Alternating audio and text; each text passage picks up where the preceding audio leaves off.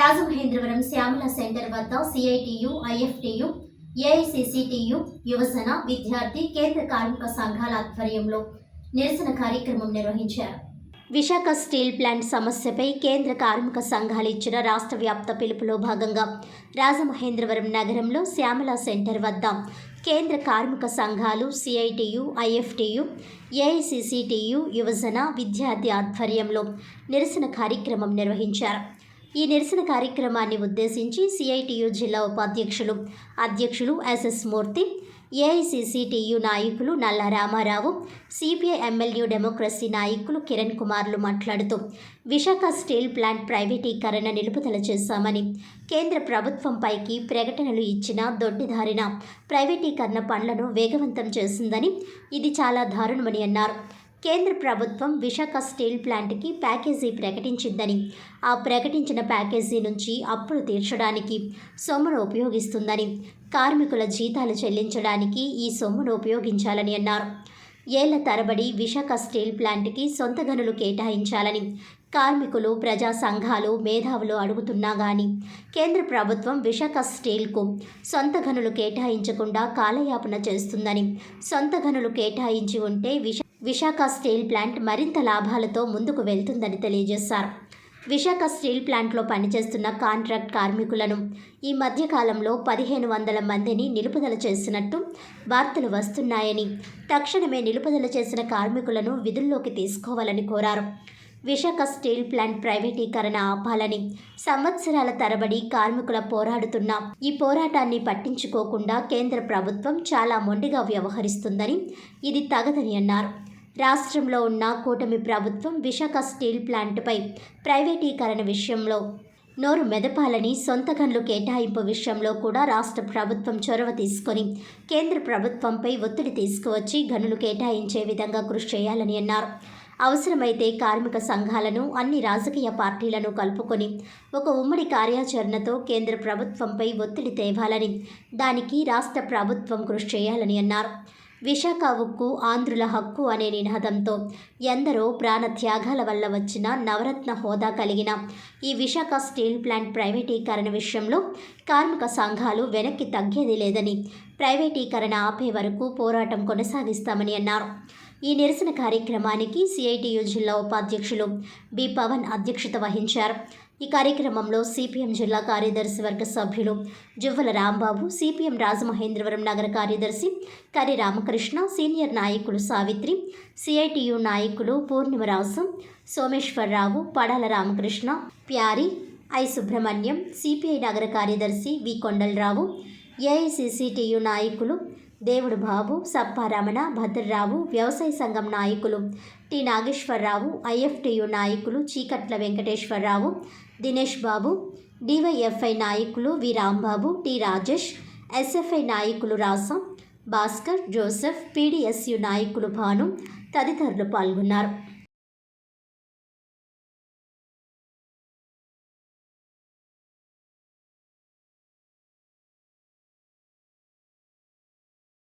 విశాఖ ఉక్కు పరిశ్రమకు శాశ్వత గనులు కేటాయించాలి. విశాఖ ఉక్కు పరిశ్రమకు సొంత గనులు కేటాయించాలి. విశాఖ ఉక్కు పరిశ్రమకు సొంత గనులు కేటాయించాలి. విశాఖ ఉక్కు పరిశ్రమను శైలిలో విలీనం చేయాలి.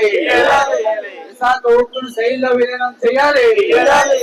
విశాఖ ఉక్కును శైలిలో విలీనం చేయాలి. విశాఖ ఉక్కును శైలిలో విలీనం చేయాలి. విశాఖ ఉక్కును శైలిలో విలీనం చేయాలి. కాంట్రాక్ట్ కార్మికుల అక్రమ తొలగింపు ఆపాలి.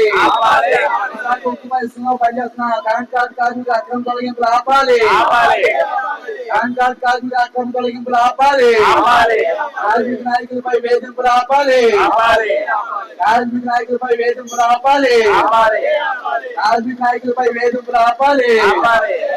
కార్మిక నాయకులపై వేధింపులు ఆపాలి. కార్మిక నాయకులపై వేధింపులు ఆపాలి. ఈరోజు రాష్ట్ర వ్యాప్తంగానే విశాఖ స్టీల్ పరిశ్రమ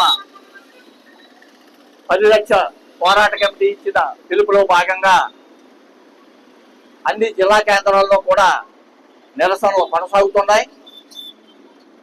రాష్ట్ర ప్రభుత్వం, కేంద్ర ప్రభుత్వం కలిసే ఈ రోజున విశాఖ స్టీల్ పరిశ్రమని బలహీనం చేయడానికి ప్రయత్నాలు చేస్తున్నాయి.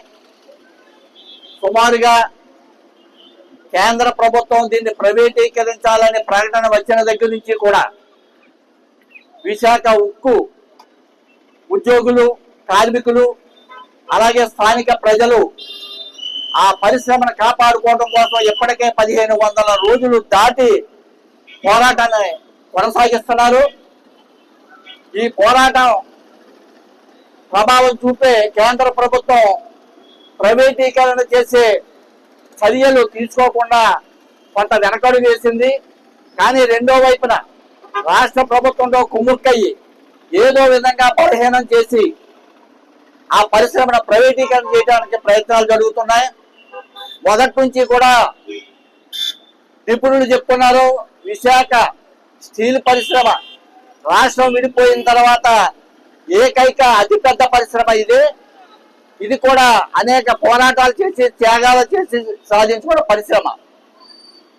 అటువంటి పరిశ్రమను కొనసాగిస్తూ మరింత అభివృద్ధి చేయాలి అని అందరూ కోరుకుంటే ప్రభుత్వాలు మాత్రం దీన్ని బలహీనం చేసి గతంలో పోస్ట్ కోవిడ్కి అమ్మడానికి ప్రయత్నం చేశారు.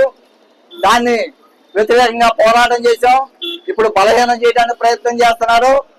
మళ్ళా చంద్రబాబు నాయుడు గారు నక్కపల్లి దగ్గర మిట్టల కంపెనీకి స్థలం కేటాయించి విశాఖ ఉక్కు పరిశ్రమ ఏర్పాటుకి సహకరిస్తానని చెప్తున్నారు. అంటే ఈ పరిశ్రమ నాణ్యమైన ఉక్కు తయారు చేస్తూ అతి ఎక్కువ లాభాలు గడుపుతున్న పరిశ్రమలో ఒక పరిశ్రమ. దీనికి సొంత గనులు కేటాయించి నిర్వహణకి నిధులు కేటాయిస్తే అనేక రకాల లాభాలు వచ్చే ఈ పరిశ్రమని అటువైపు వెళ్లకుండా ఉన్న కార్మికులు జీతాలు చెల్లించకుండా కాంట్రాక్ట్ కార్మికుల్ని తీసివేస్తూ రెండో పక్కనే వాలంటీర్ రిటైర్మెంట్ ప్రకటిస్తూ ఎన్ని రకాలుగా దుర్మార్గాలు చేయాలో అన్ని రకాలుగా దుర్మార్గాలు చేస్తుంది. ఈ దుర్మార్గాలన్నింటినీ ఎదిరించి ఈ రోజున విశాఖ స్టీల్ ప్లాంట్ పరిరక్షణ పోరాట కమిటీ ఏమైనా సరే ఈ పరిశ్రమను కాపాడుకోవడం కోసం ప్రజలందరినీ సహకారంతో అక్కడ ఉన్న కార్మికులతో కలిసి వామపక్ష ప్రజా సంఘాలు, అభ్యుదయవాదులు అందరూ కలిసి ఈ పరిశ్రమను రక్షించుకోవడం కోసం పోరాటంలో కలిసి వస్తున్నారు. ఈరోజు విశాఖ స్టీల్ ప్లాంట్ పరిరక్షణ కోసం అలాగే విశాఖ స్టీల్ కి సొంత గనులు కేటాయించాలని చెప్పి డిమాండ్ చేస్తూ రాష్ట్ర వ్యాప్తంగా జిల్లా కేంద్రాల్లో వామపక్షాలు, ప్రజా సంఘాలు, ట్రేడ్ యూనియన్ల ఆధ్వర్యంలో జరుగుతున్న ఈ నిరసన కార్యక్రమం సందర్భంగా ఈరోజు జనసేన పార్టీ ఆవిర్భావ సభ పెట్టుకున్నారు పిఠాపురంలో. మేము అడుగుతున్నాం, పవన్ కళ్యాణ్ గారు ఎన్నికల హామీల్లో భాగంగానే లక్షలాది మంది సమక్షంలో మేము అధికారంలోకి వస్తే స్టీల్ ప్లాంట్ ని ప్రైవేటీకరణ జరగకుండా చూస్తామని చెప్పారు. కానీ 6 నెలల్లో ఇలా బయటకు వస్తారో దీని మీద స్పందించకపోతే కేంద్ర ప్రభుత్వం అని చెప్పారు ఆయన. కానీ ఈరోజు అలాంటి ఆలోచన కానీ అసలు ఉలికే లేదు. ఇది చాలా దుర్మార్గం. ఎన్నికల హామీల్లో సూపర్ 6 అని రకరకాల రాష్ట్రాన్ని మేమంతా కూడా బంగారంలో తయారు చేసేస్తాం, ప్రైవేటీకరణ వ్యతిరేకిస్తామని చెప్పి కూటమి ప్రభుత్వం అధికారంలోకి వచ్చింది. తీరా చూస్తే మొత్తం రాష్ట్రం అంతా కూడా గనులు కానీ లేదా సంస్థలు కానీ పరిశ్రమలు కానీ కార్పొరేట్ శక్తులకి దారదత్తం చేయడానికి ఈ కూటమి ప్రభుత్వం శతవిధాల ప్రయత్నం చేస్తుంది. ఇది చాలా అన్యాయం. విశాఖ ఉక్కు ఆంధ్రుల హక్కు. ఒక సాంప్రదాయకంగా ఒక సెంటిమెంట్ గా పెద్ద ఎత్తున ఉద్యమం చేసి ఆ రోజు అనేక మంది త్యాగం చేశారు. కమ్యూనిస్టులు అనేక మంది శాసనసభ్యులుగా ఉన్న వాళ్ళందరూ కూడా ఈ విశాఖ ఉక్కు కోసం త్యాగాలు చేశారు. ఈ రోజు మొత్తం రాష్ట్రం అంతా కూడా సుమారు 3 సంవత్సరాల పై నుంచి కూడా విశాఖ స్టీల్ ప్లాంట్ కోసం పరిరక్షణ కోసం ఉద్యమం చేస్తున్నారు. ఈ నాయకులందరూ కూడా అధికారంలోకి రావడం కోసం కార్మికులకి, ఉద్యోగులకి, ప్రజలకి విశాఖ స్టీల్ ప్లాంట్ మీద ఎట్టి పరిస్థితుల్లో కూడా ప్రైవేటీకరణ కానివ్వం, దానదత్తం చేయనివ్వం, ప్రభుత్వ సంస్థలోనే ఉండేలాగా చేస్తామని చెప్పి వాగ్దానాలు చేశారు. తీరా అధికారంలోకి వచ్చిన తర్వాత వీళ్ళంతా కూడా ఈ దేశంలో ఉన్న కార్పొరేట్ శక్తులకి, ఉన్నత వర్గాలకి వాళ్ళకి దారదత్వం చేయటం, ప్రజల్ని, కార్మికుల్ని, ఉద్యోగులందరూ కూడా దూరం పెట్టడం, ఈ రకమైన విధానాల్ని ప్రజలందరూ కూడా వ్యతిరేకించాలి.